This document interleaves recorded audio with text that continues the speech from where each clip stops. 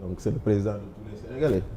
ba fii may toog nii je pense que je suis encore sénégalais. maanaam par rapport à vos attentes. waaw mais fa laa jëm donc ça me permet man ma nuyu ñëpp ñu ñuy seetaan ak fu waay mënti nekk particulièrement waa Vélingara ndaxte ñu ngi leen di ziar bu baax. C'est vrai que le président mu ngi wax naan il faut bannir le communautarisme mais nous avons tendance à nous identifier à nos localités te loolu tam waruñu ci mere. waruñu ñoo xañ. ça s'arrête là, ça va, je pense. Voilà Théodore war na mun nuyu waa Saloum waa Kaolack Djigo war na mun nuyu waa Koungheul. C'est vrai, waa Koungheul. yow nga nuyu waa Alwar waa école Camp. Ayib nuyu waa Sédhiou donc loolu kenn waru ko bañ donc c'est vrai que comme on dit bon nous avons tous cette attache à nos terroirs et nous y tenons. Voilà, c'est important. Donc, nuyu bu baax ñëpp di présenter nos vœux à tous les Sénégalais. Merci. Et particulièrement à deux personnes. Kenn ki muy Moustapha Diakhaté. Yàlla na ko yàlla jigéen si lu mu nekk lu mu gën a gaawee. Keneen ki di Samuel Sarr.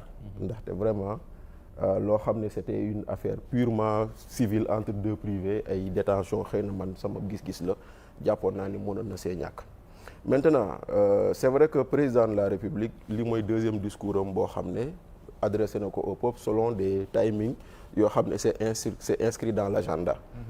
3 avril lañ daan am discours 31 décembre lañ am donc président discours am bi de façon générale bëri na loo xam ne lii gis nañ ko si te ñu mën ci waxtaan mën ci xuus bu war see mën a sori mais comme on dit lépp mënul woon nekk ci benn discours bi donc forcément un discours ne peut pas satisfaire tout le monde. Forcément dina am ñoo xam ne dinañ ci gis seen bopp wala am na ñoo xam ne dañ doon xaar beneen point boo xam ne moom lañ doon foofu lañ yaakaaroon ni foofu la waroon gën a insister. Voilà, maintenant si on rentre dans le truc dans le fond lu Cheikh doon wax léegi monsieur le ministre dama baal nag parce que boo déggee ma naan ko Cheikh ñoo bokkoon école bu ñu jàngee te dañoo miinante du fii mais aujourd'hui la dignité ministérielle m'oblige à dire monsieur le ministre quoi. Voilà, donc monsieur le ministre lu muy wax noonu ci déclaration de patrimoine bi damay toog ma ne mais tiens le dernier rapport qu'on a produit sur l'exécution budgétaire au Sénégal nous dit que nous avons 181 000 fonctionnaires.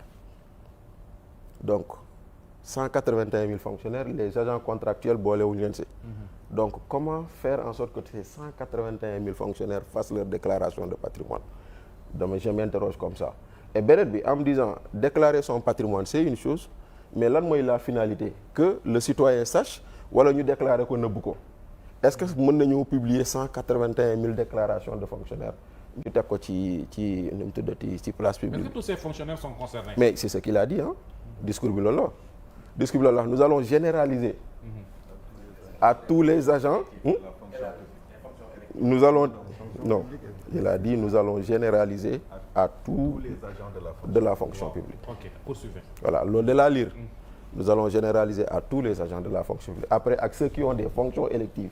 Fonctions électives xëy na maire yi la ñeneen la mais donc xam nga déjà da ngay gis ni faisabilité technique d'une déclaration de patrimoine déjà sur 181 000 agents de la fonction publique dafay xaw a bëri. Donc maintenant est-ce que peut-être revoir la loi pour dugg ci xool lu ñu ci mën a changer c'est possible mais boobu noonu c'est une interrogation. Beneen bi dégg naa ci discours bi ñu ne le COS-Petrogaz dañ koy ubbil opposition société civile mais moi je rappelle qu'il y a déjà un décret qu'il avait déjà fait en 2020. Waaw parce que au début effectivement le COS-Petrogaz n'était pas ouvert à la société civile. Ça a longtemps été une doléance de la société civile boo xam ne yàgg nañ di wax ni ñoom gisuñu seen bopp ci loolu ak opposition bi léegi après Macky Sall avait modifié le décret 2016-1542 par le décret 2020-2094.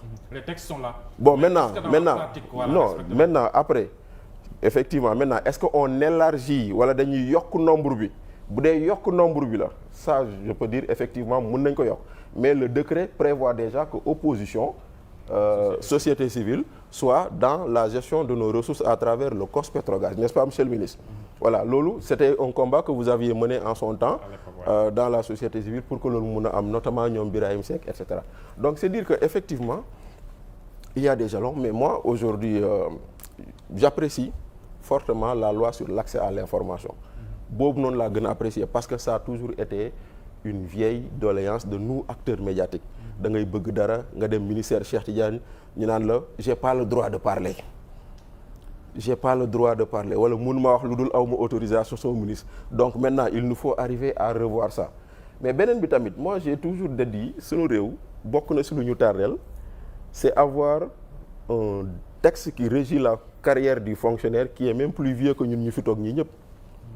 Est-ce que vous savez que la loi sur le statut général du fonctionnaire c'est 1961 je ne pense pas que fii nii am na ko fi juddu 1961 ñun ñëpp texte boobu moo ñu mag ça veut dire que le texte a plus de 60 ans ba ñu koy def en son temps exigence lu ñu amoon par rapport à notre fonction publique ci jamono boobu ça s'expliquait mais xëy na aujourd'hui c'est dépassé parce que bu dul dara sax y a de nouveaux métiers yoo xam ne il y a 30 ans ci ginnaaw amuñu woon et que ces métiers-là si l'administration en a besoin. Les métiers du numérique par exemple. Par exemple tu as un problème pour voir comment insérer des gens par exemple il y a eu un temps il y avait très difficilement qu'on avait des économistes dans la fonction publique des statisticiens parce que amuñu woon nomenclature bu ñu leen doon dugal il a fallu que ñenn ñi ñu dem def benn texte spécial dugal leen hiérarchie A1 spécial comme les universitaires ak yooyu parce que da nga ko doon soxla il y avait des métiers yoo xam ne da nga ko doon soxla doo ko gis kon man nag foofu lay xaar effectivement maintenant il est vrai que c'est pas le président de la République qui va rentrer dans les détails de la faisabilité